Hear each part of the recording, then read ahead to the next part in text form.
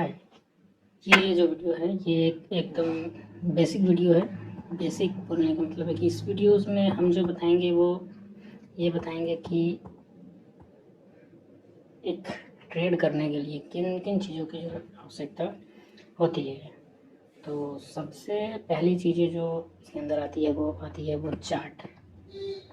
Chart के अंदर भी सबसे पहली आएगी आपको कि टाइम फ्रेम, कौन सा टाइम फ्रेम चूज़ करें, कब कौन सा टाइम फ्रेम चूज़ करें, क्या आपका स्विंग का अलग टाइम फ्रेम, फिर इंट्राडे का अलग टाइम फ्रेम, फिर लॉन्ग टर्म अगर व्यू है तो उसका एक अलग टाइम फ्रेम होता है। फिर दूसरी जो आती है इसमें वो आती है डायरेक्शन। चार्ट के अंदर ही अपवर्ड डायरेक्शन है, डाउनवर्ड डायरेक्शन है, कौन सा डायरेक्शन है। अगर अपवर्ड डायरेक्शन अगर लॉन्ग टर्म में है तो उसका शॉर्ट टर्म में अगर डाउन ट्रेंड आ रहा है तो कहाँ से जो है स्टार्ट करना है। फिर तीसरी जो होती है वो आती है सपोर्ट और रेसिस्टेंस। मान लीजिए कि ये अगर सपोर्ट है, ये रेसिस्टेंस है, तो ये कौन यहाँ पे क्या होगा कि यहाँ से हमें बाइंग लेनी है, स्टॉप लॉस कहाँ है और इसका एग्जिट एरिया कहाँ है। यहाँ पे अगर रेसिस्टेंस है तो कहाँ से बाइंग स्टार्ट करनी है और कहाँ से सेलिंग हमें जो है स्टार्ट करनी है। उसके बाद आता है चौथा, चार्ट के अंदर में ही आपको टूल, बेस्ट टूल है फिबोनाची टूल जो मैं लेता हूँ। इसमें बाइंग के लिए कौन सा पोजीशन पे फिबोनाची कौन सी बाइंग करनी है, सेलिंग के लिए कौन सी फिबोनाची सेलिंग करनी है। फिर ये तो हमारा हो गया चार्ट के अंदर में पहला time frame, direction, support resistance और चौथा फिबोनाची टूल। फिर उसके बाद आते हैं दूसरा जो आता है वो आता है हमारा इंडिकेटर। इंडिकेटर मेनली जो है वो कंफर्मेशन के लिए यूज़ करते हैं, फॉर कंफर्मेशन पर्पज से। इसमें हम क्या यूज़ करेंगे, मेनली एक ही इंडिकेटर जो यूज़ करेंगे वो है RSI। सिर्फ किस चीज़ के लिए, सिर्फ डाइवर्जेंस के लिए, बस, और किसी चीज़ के लिए नहीं। उसके बाद जो आता है वो हमारा तीसरा आता है option data. Option data, option data के अंदर में पहली चीज़ें जो आएंगी वो आएंगी OI data. OI data for current, for change OIC। फिर उसके बाद लाइव डेटा, अगर इंटरडे कर रहे हो तो लाइव डेटा बहुत इंपॉर्टेंट है। उसके बाद जो इसमें दूसरी जो आएंगी उसके बाद वो आती है PCR, बोले तो put call ratio. Put call ratio कब कितना होगा, ऊपर में है अगर इतनी पुट कॉल रेशियो होगी, अगर प्राइस नीचे आ रही है तो कब हमें सेल करना है, अगर नीचे है कब पुट कॉल रेशियो कितनी होगी, ऊपर जा रही है तो हमें बाई करनी है। उसके बाद आ जाता है PCR रेशियो के बाद वोलेटिलिटी। वोलेटिलिटी इम्पॉर्टेंट है इसलिए क्योंकि ऑप्शन के लिए वोलेटिलिटी में पहली आती है IVP ratio, implied volatility percentage. फिर दूसरी आ जाती है सिर्फ और सिर्फ इम्प्लाइड वोलेटिलिटी। IV रैंक तीसरी होती है। IV रैंक होती है, लेकिन ये और IV परसेंटेज एक ही मानते हैं, इसलिए IV रैंक को अगर नहीं भी देखें तो हम IVP परसेंटेज को देख सकते हैं कि हाँ, अगर IV परसेंटेज कितना है तो वहाँ पे सेलिंग होगी और कितना है तो वहाँ पे बाइंग आएगी, कहाँ पे है तो बाइंग आएगी। ये बस चार चीज़ें हैं, इस चार चीज़ें के अंदर ही सारी चीज़ें आएंगी और उसको देखने के बाद हम उसको आगे कर सकते हैं। तो पहला देखेंगे चार्ट। चार्ट के अंदर क्या देखेंगे, टाइम फ्रेम, कि कौन सा टाइम फ्रेम क्या है और उसको कब लेना है। पहला जो है वो चार्ट के अंदर में आता है टाइम फ्रेम। टाइम फ्रेम अगर देखा जाए तो पहला इंट्राडे के लिए, दूसरा स्विंग के लिए, तीसरा लॉन्ग के लिए। इंट्राडे के लिए आप आवरली देख सकते हो, 15 मिनट, 5 मिनट और इसके अंदर ही आ जाता है 1 मिनट फॉर ट्रेड एग्जीक्यूशन। और स्विंग के लिए अगर बात करें तो स्विंग के लिए आप देख सकते हो डेली, आवरली और उसके बाद 5 मिनट फॉर ट्रेड एग्जीक्यूशन। फिर उसके बाद अगर लॉन्ग टर्म का व्यू है तो आप इसमें ले सकते हो वीकली, डेली, आवरली। ये आवरली जो होता है वो ट्रेड एग्जीक्यूशन के लिए होता है, फॉर ट्रेड एग्जीक्यूशन। अब आ जाते हैं कि किस तरीके से जो है चार्ट बिहेव करेगा। अगर लॉन्ग टर्म का व्यू है तो अगर उसमें शो कर रहा है कि वो ऊपर जाएगा तो क्या करेंगे। अगर मान लीजिए कि डायरेक्शन हमारा जो है वो ऊपर की तरफ है, हायर हाई बना रहा है प्राइसेस। तो ये अगर मान लेते हैं कि जैसे हायर टाइम फ्रेम में, ये अगर हायर टाइम फ्रेम में है, मान लो ये हायर टाइम फ्रेम में है, तो कहीं ना कहीं लोअर टाइम फ्रेम में भी क्या होगा, एक्सटेंशन होगा, कॉन्ट्रैक्शन होगा, एक्सटेंशन होगा, कॉन्ट्रैक्शन होगा। तो मान लो कि अगर ये हायर टाइम फ्रेम है तो कहीं ना कहीं लोअर टाइम फ्रेम भी कोई ना कोई चीज़ हो रही होगी। तो अगर हायर टाइम फ्रेम क्या कहता है कि अगर प्राइसेस ऊपर जा रहा है कंटिन्यूसली, तो सबसे पहले जो इंडिकेशन देगा कि यहाँ से डायरेक्शन चेंज होने वाला है, वो कहीं ना कहीं शॉर्टर टाइम फ्रेम देगा। शॉर्टर टाइम फ्रेम कहने का क्या मतलब है, मान लीजिए कि हमने यहाँ पे दिखाया आपको, ये सारा का सारा जो है वो लॉन्ग टर्म, ये सारा का सारा जो है वो क्या है, हमारा एक लॉन्ग व्यू है कि हाँ अगर अपवर्ड है तो अपवर्ड जा रहा है।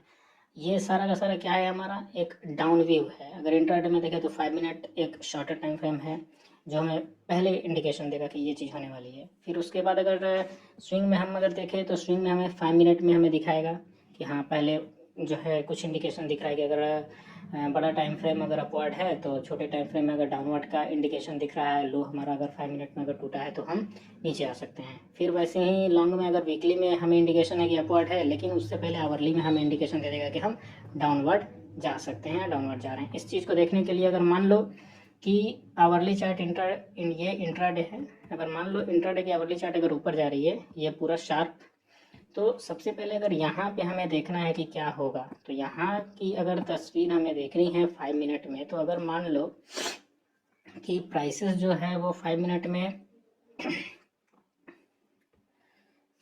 ऊपर गई, पहले ऐसे ऊपर जा रही है 5 मिनट में, उसके बाद सबसे पहले ये जो लो तोड़ा प्राइसेस ने, उसके बाद ये फिर ये लोअर लोअर आएगी, ये 5 मिनट की है, ये क्या करी है 5 मिनट की है। आवरली अभी भी क्या है, हायर हाई है, तो ये उसका नहीं ब्रेक हुआ है, अभी अभी इसी के अंदर में चल रही है, यहाँ पे प्राइसेस जो है ये दिखा रही है। अब मान लो कि इस पर्टिकुलर प्लेस पे जो है तुम्हारा आवरली का लो है, आवरली का क्या है, इस पर्टिकुलर प्लेस पे लो है, तो ये 5 मिनट ऐसे लोअर लो बनाते हुए अगर इस पर्टिकुलर प्राइस पे आके इसको फिर वापस काटेगी नीचे की तरफ, तो हम समझेंगे कि यहाँ पे आवरली ब्रेक हुआ है। अगर वो ब्रेक ना करके अगर बीच से ही वो फिर हाइयर बना के अगर ऊपर जाने लगे, तो हम समझेंगे कि अगर 5 मिनट भी उसका हाई अगर ऊपर की तरफ जा रहा है और बड़ा वाला टाइम फ्रेम तो ऑलरेडी ऊपर गई है, तो प्राइस अभी भी क्या है, ऊपर की इंडिकेशन बता रहा है, तो वो कहाँ जाएगा, ऊपर ही जाएगा। सेम केस आप डाउन ट्रेंड में देख सकते हो, अगर हायर टाइम फ्रेम जो है वो डाउन ट्रेंड दिखा रही है, तो कहीं ना कहीं अगर इंडिकेशन है कि यहाँ पे अगर चेंज होगा, तो ये सबसे पहले ब्रेक किया तो ये हमारा क्या है, लो है, और ये पर्टिकुलर लो आगे बना रहा है। तो हमें देखना है कि अगर बड़े से टाइम फ्रेम में यहाँ अगर कुछ चेंज हो सकता है, तो यहाँ की तस्वीर अगर हम देखने की कोशिश करेंगे 5 मिनट में यहाँ पे क्या दिख रहा है, तो हम देख सकते हैं एक हिसाब से कि अगर मान लो ये नीचे आ रही है 5 मिनट में, और यहाँ से आते आते एक ऊपर की तरफ ब्रेक किया, तो यहाँ से हमें क्या समझना है कि हो सकता है कि ये ऊपर जाते जाते जाते जाते जाते जाते नीचे तो आने का चांसेस है, लो काट के नीचे आ सकती है, लेकिन ये काटते काटते अगर पूरा बड़े वाले टाइम फ्रेम का, अगर बिग टाइम फ्रेम का यहाँ पे अगर ब्रेक कर दे, वो लो ब्रेक कर दे, तो हम समझ सकते हैं कि यहाँ से ऊपर जा सकती है। सेम जैसे हमने अभी अप ट्रेंड के बारे में बात किया, उसी तरीके से सेम डाउन ट्रेंड में होता है। इसको हम आगे चार्ट पे भी देखेंगे कि ये कैसे वर्क करता है। यहाँ पे हम आ गए हैं निफ्टी के आवरली चार्ट फ्रेम में। जैसा कि आप देख सकते हो, ये आवरली टाइम फ्रेम है निफ्टी का। यहाँ पे आपको निफ्टी है, यहाँ पे आवरली टाइम फ्रेम है नीचे, और यहाँ पे लोअर लो प्राइसेस जो है बना रहा है, क्या बना रहा है प्राइसेस, वहाँ पे लोअर लो बना रहा है। तो सबसे अच्छी बात है जो यहाँ पे देखेंगे कि ये जब ऊपर से आया, नीचे ऊपर गया, फिर नीचे आया, फिर यहाँ से ऊपर गया, तो यहाँ पे क्या हो रहा है कि ये जब प्राइसेस ने इस पर्टिकुलर लो को ब्रेक किया, उसके बाद जो इसका लो था, हाई था, ये था हायर हाई, लोअर हाई, इसको जब ऊपर की तरफ ब्रेक किया तो ये ऊपर जा रहा है। ये देखो, ये आवरली में हो रहा है, तो ये जब ऊपर जा रहा है तो इस पर्टिकुलर प्लेस पे आप देख सकते हो कि सबसे पहले जो 5 मिनट में हुआ है, यहाँ की तरफ इसने लो ब्रेक किया है। ये चीज़ें मैंने आपको बताई थी कि अगर प्राइसेस आपका अप ट्रेंड में है तो 5 मिनट सबसे पहले आपको इंडिकेशन देगा कि वो नीचे आएगा, और यहाँ से देखो प्राइसेस क्या खतरनाक नीचे टूटी हुई है या फिर आई है। फिर आप उस चीज़ को आप यहाँ पे भी देख सकते हो। तो यहाँ पे जैसे लो ब्रेक हुआ, प्राइसेस क्या की कंटिन्यूसली लोअर लो बनाते हुए नीचे आई, फिर यहाँ पे हाई ऊपर करके और फिर ऊपर चली गई। फिर यहाँ पे हम बाइंग कैसे ले सकते थे, ये सारी वीडियो जो है डेली वीडियोज़ आती है, उसमें मैं बताऊँगा कि ये इस पर्टिकुलर प्लेस पे मेरा स्टॉप लॉस क्या था, यहाँ से ऊपर की तरफ बाइंग कैसे हुई, ये चीज़, ये सारी चीज़ें मैंने अभी आपको बेसिक के तौर पे पीछे बताया और यहाँ पे प्रैक्टिकल करके दिखाया कि ये 5 मिनट में किस तरीके से ऊपर ब्रेक किया और यहाँ से प्राइसेस ऊपर जाने लगी। तो टाइम फ्रेम में ऑलमोस्ट इतना सफिशिएंट है फॉर बेसिक अंडरस्टैंडिंग, और आगे जैसे जैसे वीडियोज़ आएंगी उसमें थोड़ी बहुत मैं बताते रहूँगा। अभी हमने जो चार्ट के अंदर है वो एक पहली चीज़ जो टाइम फ्रेम है वो हमने देख ली है कि टाइम फ्रेम कौन सा होता है, इसके अंदर क्या क्या चीज़ें होती है। दूसरी जो आती है वो आती है डायरेक्शन, चार्ट के अंदर डायरेक्शन। तो आगे अब हम जो है वो डायरेक्शन देखेंगे कि क्या होता है। इसमें मेनली हम इसको शॉर्ट करने के लिए दो डायरेक्शन को रखते हैं। एक डायरेक्शन जो होता है हमारा अपवर्ड होता है और एक दूसरा जो होता है वो डाउनवर्ड डायरेक्शन होता है। मेनली इसमें हम लॉन्गर व्यू रख रहे हैं, लॉन्गर जो है वो व्यू हम रख रहे हैं कि टाइम फ्रेम में जो लॉन्ग टाइम फ्रेम होता है, जैसे डेली हो गया, आवरली हो गया, उस चीज़ को हम लेके लिख रहे हैं कि जैसे अपवर्ड डायरेक्शन है और डाउनवर्ड डायरेक्शन है। लॉन्गर टर्म व्यू है हमारा, जैसे किसी भी टाइम फ्रेम का। अब देखते हैं कि अपवर्ड करने का क्या मतलब है। जब भी कोई प्राइसेस हायर हाई रेगुलर बना रही है, हायर हाई बना रही है, तो वो अपवर्ड के अंदर आएगा। अगर सेम चीज़ डाउनवर्ड में देखें तो क्या बनाएगी, ये लोअर लो बनाएगी। क्या बनाएगी, ये लोअर लो बनाएगी। सबसे पहले हम देखते हैं अपवर्ड का, उसके बाद हम डाउनवर्ड का देख लेंगे। अपवर्ड के केस में क्या होता है कि जैसे हमारा बिगर टाइम फ्रेम जो है, बिगर टाइम फ्रेम कुछ भी ले लो, आवरली ले लो या डेली ले लो, अगर वो हायर हाई बना रहा है, क्या बना रहा है, वो हायर हाई बना रहा है। और स्मॉलर टाइम फ्रेम जैसे मिनट और आवर, स्मॉलर टाइम फ्रेम क्या होगा, मिनट होगा, 5 मिनट या फिर 1 मिनट, वो क्या बनाएगा, वो हायर हाई भी बना सकता है या लोअर लो भी बना सकता है। कैसे बनाएगा वो हम देखने का प्रयास करेंगे। जैसे मान लेते हैं कि यहाँ से ये हायर टाइम फ्रेम जो है वो हमारा क्या बना रहा है, हायर हाई बना रहा है कंटिन्यूसली। ये हमारा हायर लो हो जाएगा, ये हायर लो, ये हायर लो, ये हायर लो। पर्टिकुलर अभी अगर बात करें तो ये हमारा क्या है, लो है, और ये पर्टिकुलर हाई को ब्रेक किया है बिगर टाइम फ्रेम ने। तो यहाँ पे कुछ तो हो रहा होगा, यहाँ पे क्या हो रहा होगा इस चीज़ को हम यहाँ पे आगे देखेंगे कि यहाँ पे क्या चीज़ें चल रही है।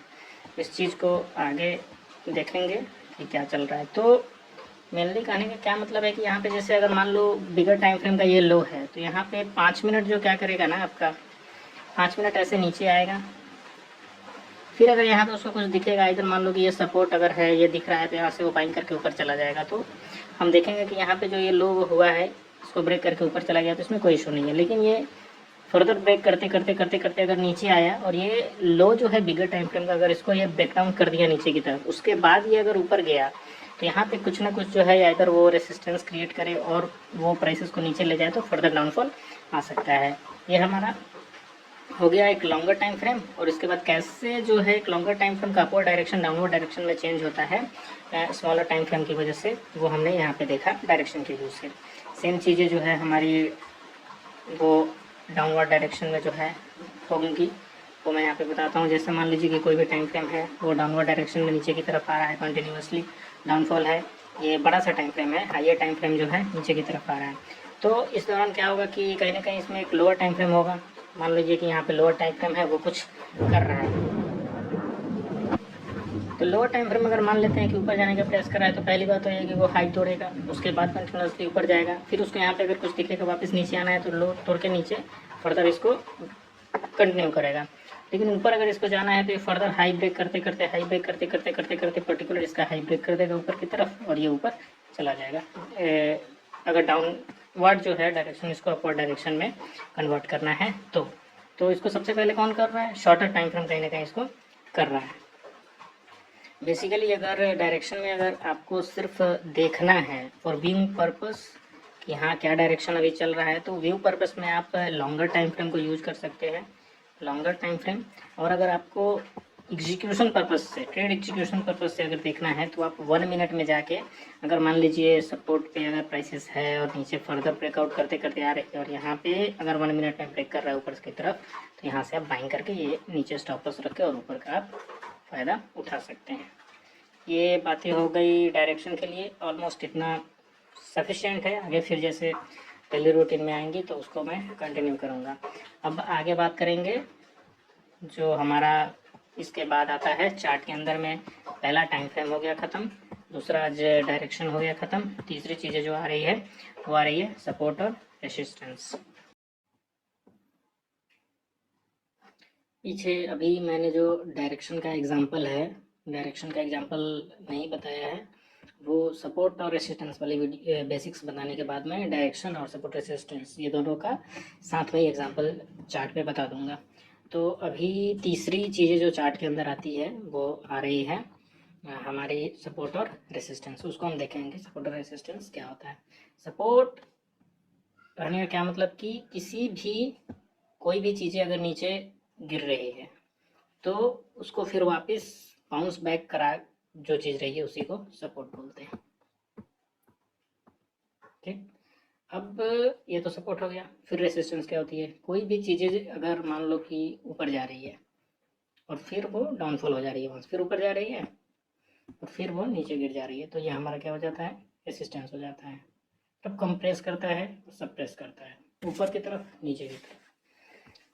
तो इसको फ्रेश से समझते हैं। ये रेसिस्टेंस अगर मान लेते हैं, ये अगर सपोर्ट मान लेते हैं, मान लो कि कोई चीज़ यहाँ पे बीच में है, ये नीचे आ रही है, फिर यहाँ पे यह जब टकराएगी तो इसको कोई चीज़ अगर मिलेगा तो फिर ये इसको ऊपर भेज देगा, ऊपर यहाँ भी तक भी और ऊपर जा सकता है, ये फिर ज़्यादा ऊपर जाएगा, फिर यहाँ पे कोई चीज़ आएगी उसको नीचे की तरफ भेजेंगे, फिर ये नीचे जब आएगा फिर यहाँ पे आया, फिर अगर इसको कोई चीज़ भेजेंगे कुछ लगेगा नहीं, नीचे नहीं जाने दे रहा है, तो फिर ये यहाँ से ऊपर जाएगा।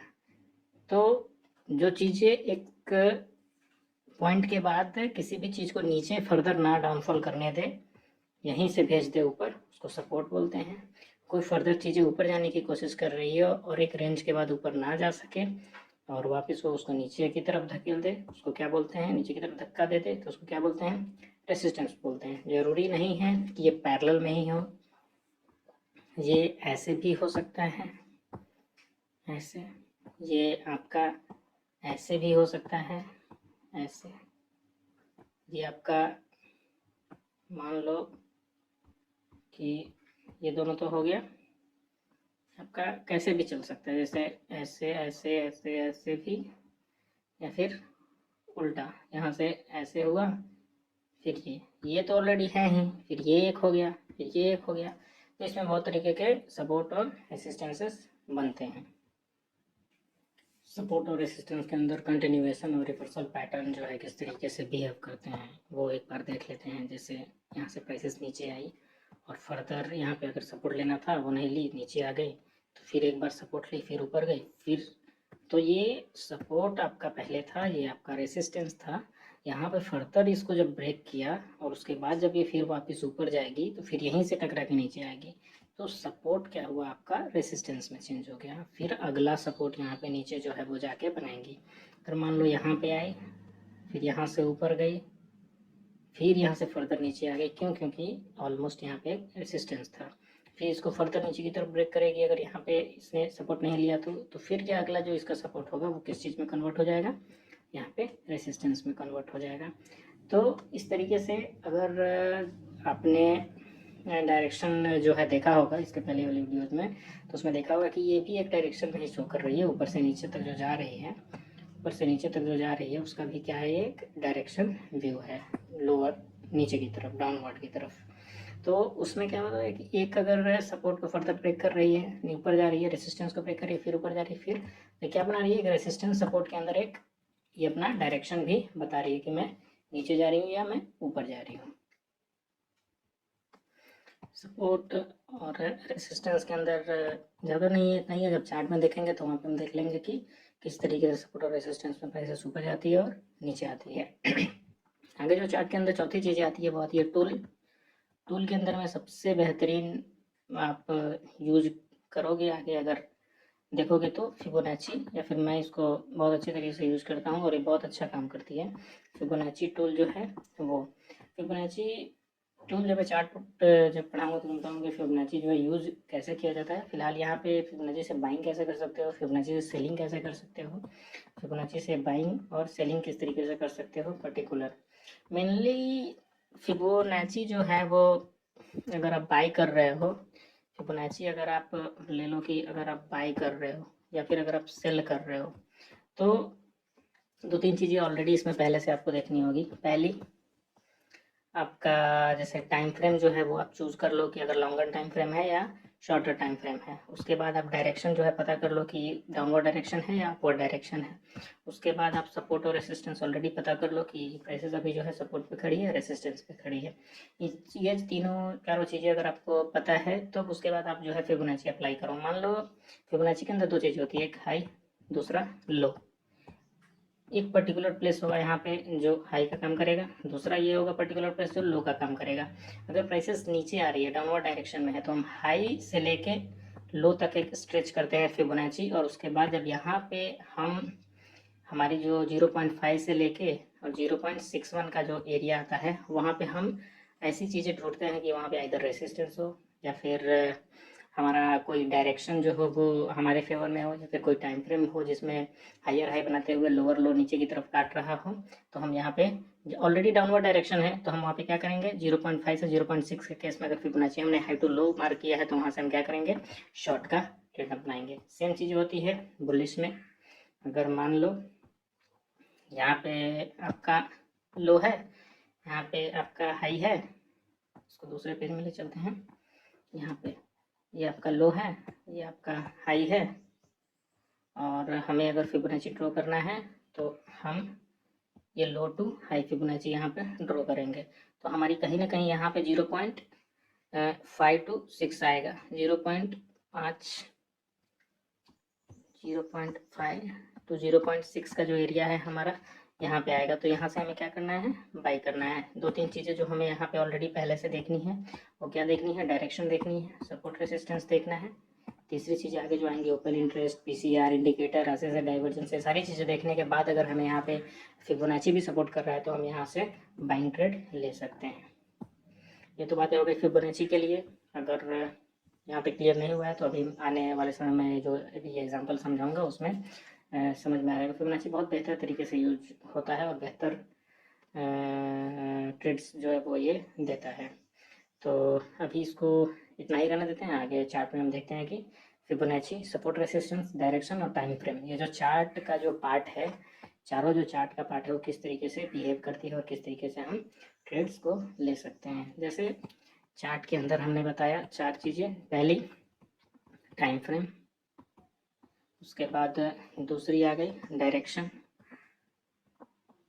दूसरी क्या आ गई डायरेक्शन, तीसरी चीज़ें जो क्या आ गई सपोर्ट और रेसिस्टेंस, और चौथी फिबोनाची। ये टूल है जहाँ से हम लेते हैं। अगर फिबोनाची अगर हम ले रहे हैं और ये तीनों चीज़ें हमारी जो है इसमें सपोर्ट कर रही हैं तो हमें बाइंग का अगर केस है तो हम बाइंग कर सकते हैं। अगर तीनों केस अगर शॉर्ट के केस में अगर ले रहे हैं तो हम इसको शॉर्ट कर सकते हैं।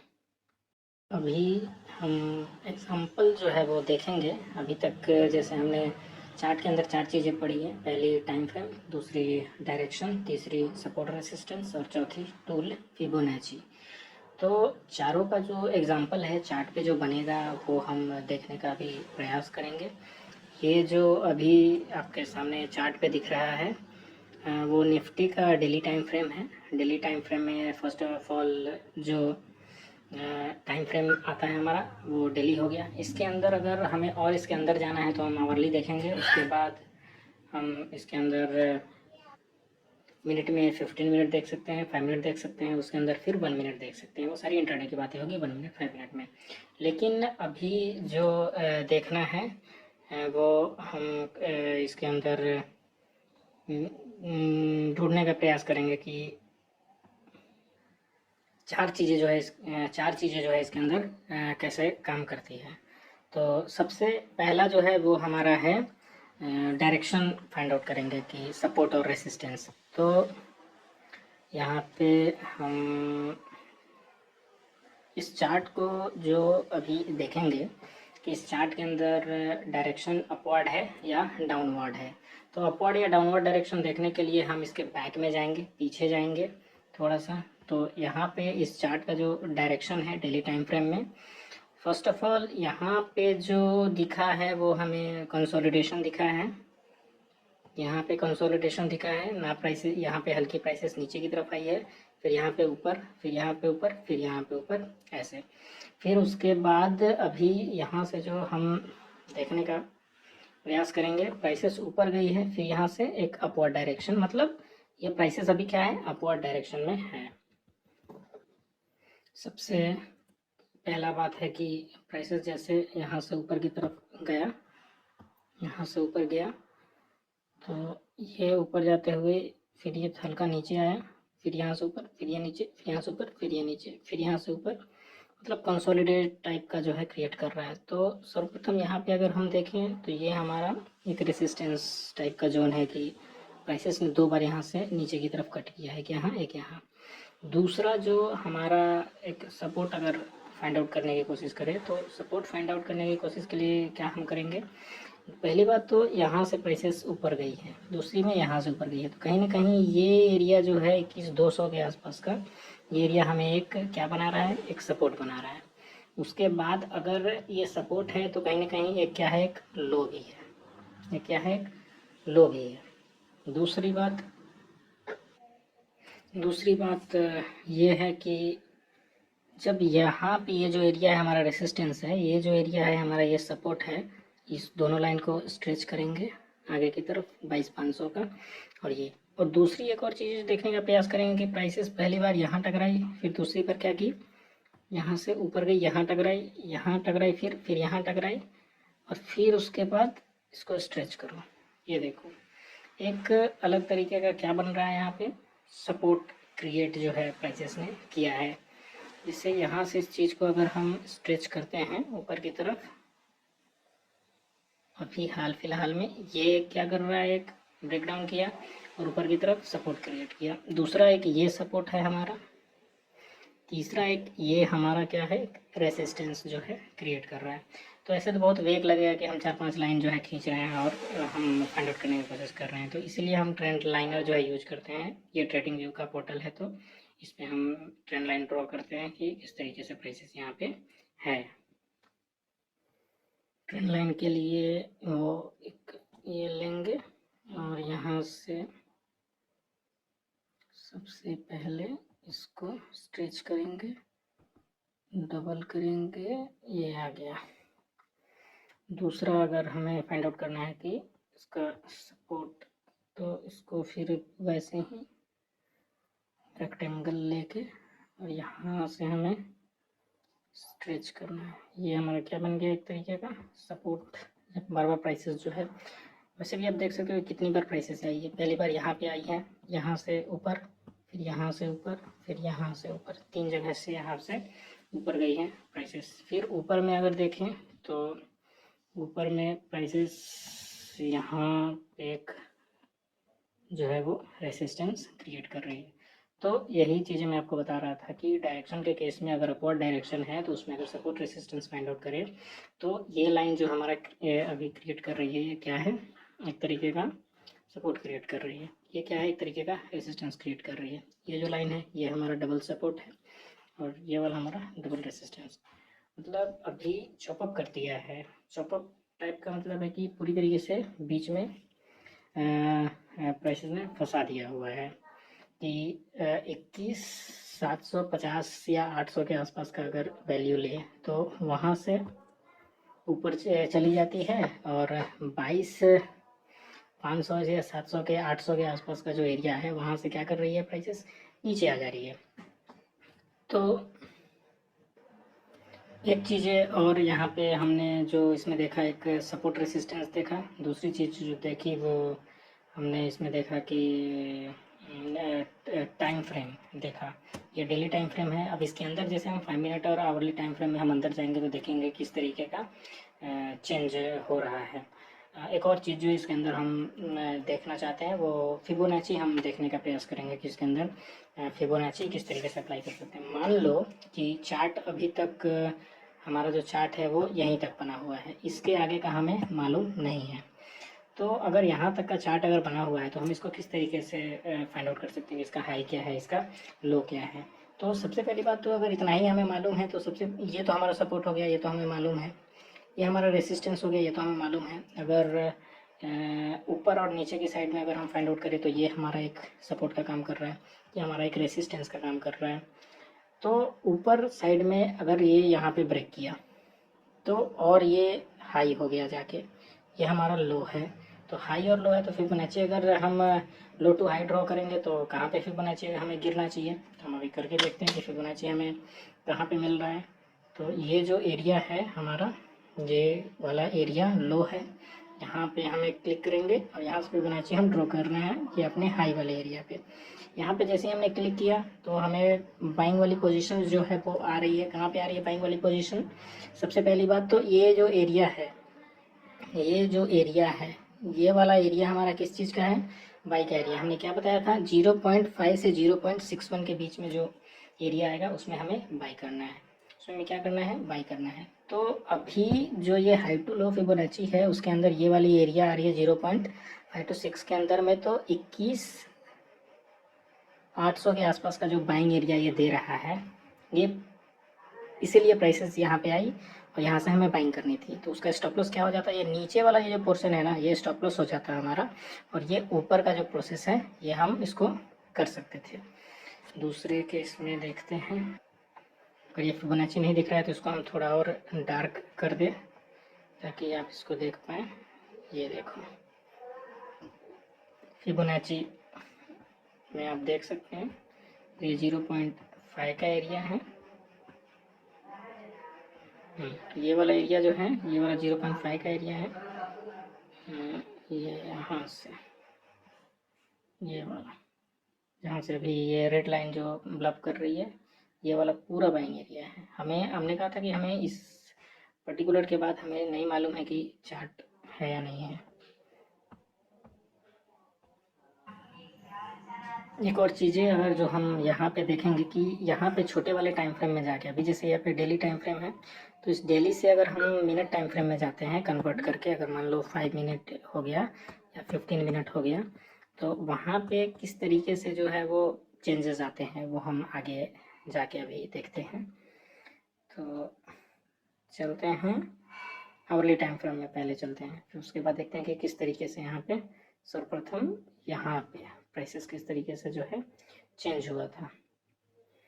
उतना कुछ तो हमें यहाँ पे नहीं दिख रहा है अभी ये पूरे में। अभी तक हमारा ये हाई है, यहाँ पे फिर ये लो तोड़ा, एक सपोर्ट जो है रेसिस्टेंस बनाया था, रेसिस्टेंस ऊपर गया और यहाँ पे ये ऊपर की तरफ चल रहा है। ये एक चीज़ हमें पता चल रही है कि प्राइसेस ने जब ये नीचे गया था तो ये हमारा क्या था, पहले यहाँ पे एक सपोर्ट बन रहा था, लेकिन सपोर्ट को नीचे की तरफ तोड़ा तो अभी क्या बन गया, ये हमारा ये वाला रेसिस्टेंस बन गया। लेकिन फिर क्या गया, इसको ऊपर की तरफ तोड़ा, तुरंत सब काम हो रहा था, फिर ऊपर गया, फिर नीचे आया, फिर अभी क्या बना लिया, ये सपोर्ट बना लिया। तो हमें यहाँ से एक अच्छा खासा अपॉर्चुनिटी मिल सकता था कि हम यहाँ पे क्या कर सकते थे, बाय, क्या कर सकते थे, by with proper stop loss and proper target. तो हम देखने का प्रयास करेंगे क्या क्या यहाँ पे एक अच्छे तरीके से फिबोनाची भी वर्क कर रहा है या नहीं। तो फिबोनाची के लिए हम टूल लेंगे। यहाँ पे ये जो एरिया है ये हमारा लो है और ये जो रेसिस्टेंस को ब्रेक किया ऊपर की तरफ, तो हम इस पर्टिकुलर प्लेस पे इसको हाई मान सकते हैं या इसको भी हाई मान सकते हैं, कहीं भी। लेकिन पहले ये चूँकि ये चीज़ें जो है ये बनी हुई हैं तो इसको ही हम हाई मानते हैं और यहाँ से एक स्ट्रेच करते हैं कि अगर अगली बार प्राइसेस कहाँ तक आएगी तो हमें बाई करनी है। तो लो टू हाई फिबोनाची हम यहाँ पे ड्रॉ किए, ये देखो प्राइसेस ऑलमोस्ट 0.5 फिबोनाची के आसपास आई है। यहाँ पे ये वाला एरिया, यहाँ से हमें क्या करनी थी, बाइंग करनी थी। सो फिबोनाची को मिटाते हैं। दो चीज़ें, तीन चीज़ें, चार चीज़ें अगर एक ही चार्ट में अगर आपको एक बार एक समय में अगर दिख रही है तो आप वहाँ से आसानी से जो है बाइंग कर सकते हो। अब इसी चार्ट में हमें 2-3 चीज़ें दिखी है। पहली ये वाला एक कॉम्बिनेशन सपोर्ट रेसिस्टेंस का कॉम्बिनेशन, दूसरा ये वाला फिबोनाची का कॉम्बिनेशन, तीसरा यहाँ पे हम डाइवर्जेंस देख सकते हैं जो आगे आने वाले वीडियोस में हम बताएंगे। उसके बाद हमें जो टाइम फ्रेम का सपोर्ट रेसिस्टेंस है वो देख सकते हैं, ओपन इंटरेस्ट का सपोर्ट रेसिस्टेंस देख सकते हैं, पीसीआर देख सकते हैं। ये सारी चीज़ें आगे आएंगी और बताऊंगा। और सारी चीज़ें जब एक ही जगह पे मिलती है तो वहाँ से हम कॉन्फिडेंट बाइंग या सेलिंग ट्रेड्स जो है वो ले सकते हैं। अभी आगे चलते हैं कि टाइम फ्रेम जो है हम इसको और शॉर्ट करते हैं, 5 मिनट के टाइम फ्रेम में जाते हैं। यहाँ पे डेट देख लो, ये कौन सा डेट है, 19 मार्च का है, ठीक है। 5 मिनट के टाइम फ्रेम में जाते हैं और 19 मार्च का निकालते हैं। क्या अभी चल रहा है, 10 मई, और पीछे जाते हैं, ये भी नहीं होगा, यहाँ से होना चाहिए, हाँ ये हो गया। 5 मिनट के टाइम फ्रेम में हम आए हैं सिर्फ ये फाइंड आउट करने कि किस तरीके से जो है प्राइसेस यहाँ पे वर्क कर रही है। अब देखो ये डाउनफॉल है ऊपर से नीचे की तरफ, प्राइसेस का क्या है, डाउनफॉल है ऊपर से नीचे की तरफ। यहाँ पे एक चीज़ देखने वाली है कि जब इस पर्टिकुलर प्लेस पे प्राइसेस जब नीचे आई, इस पर्टिकुलर प्लेस पे क्या किया, जब प्राइसेस नीचे आई तो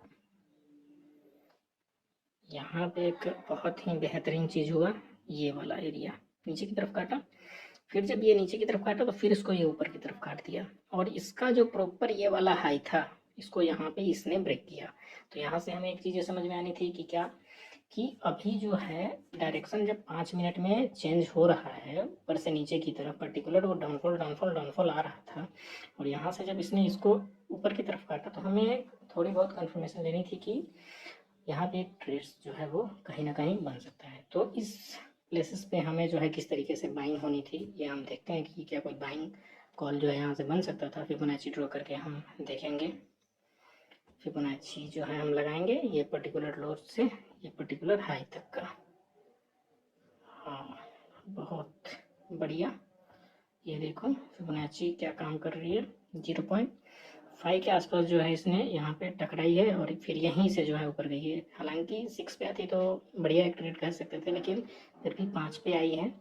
तो अगर हमें ट्रेड करना है स्टॉप लॉस वगैरह से, तो अगर मान लो कि हम ट्रेड कर रहे हैं तो यहाँ से अगर ट्रेड स्टार्ट कर रहे हैं तो नीचे का स्टॉप लॉस कितना, 100 पॉइंट का अगर निफ्टी में अगर आप स्टॉप लॉस ले रहे हो और ऊपर का एक कॉन्फिडेंट ट्रेड है, तो अगर मान लो कि ये 100 पॉइंट अगर डाउनफॉल नीचे की तरफ आएगा तो आपका डेल्टा जो अगर 0.5 होगा तो 50 पॉइंट के आसपास लो। अगर अभी लॉट के हिसाब से निफ्टी की अगर 25 है तो आपको मोटा मोटी 50 अगर डेल्टा है तो 1300 के आसपास जो है आपका 1300 के आसपास का आपका क्या होगा, लॉस होगा। लेकिन अगर यही प्राइसेस ऊपर जो कि गई है और जाएगी तो आपका इससे ये देखो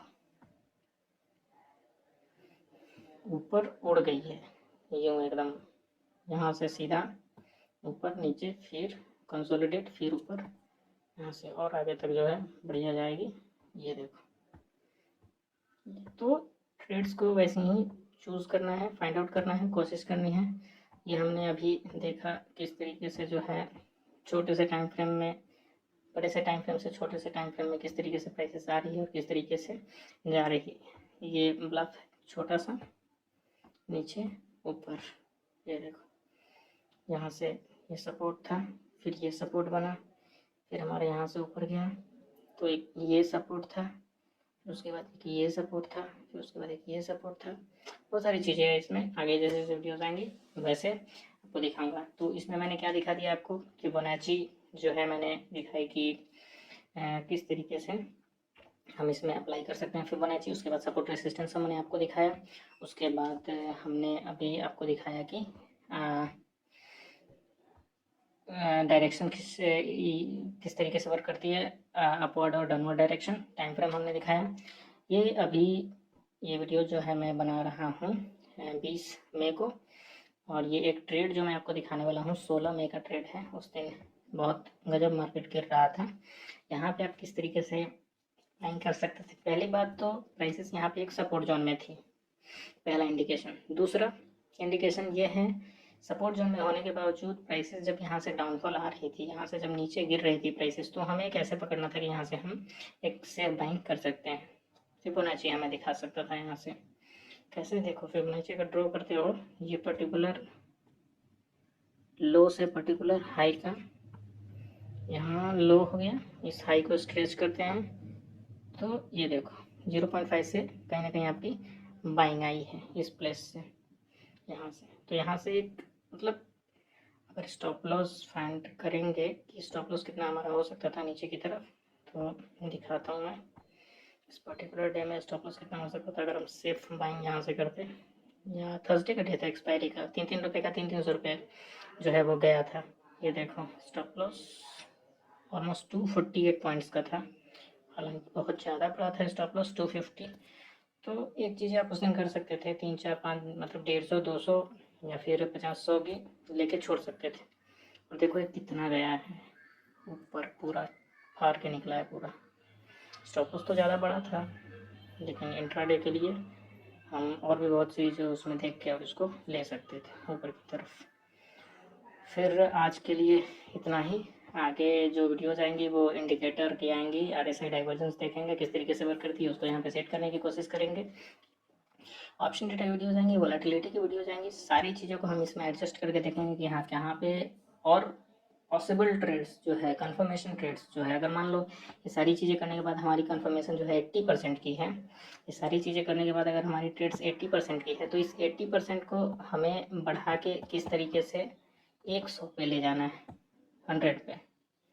हमें इस 80% ट्रेड को किस तरीके से 100 पे ले जाना है। तो ये जो 100 या 90% या 95% ले जाने के लिए हमें divergence, option data, volatility, IVP, IB rank, ये सारी चीज़ें देखनी होगी और तुरंत जो है डिसीजंस लेने होते हैं। तो अभी इतना ही, आगे देखते हैं कौन सी वीडियो।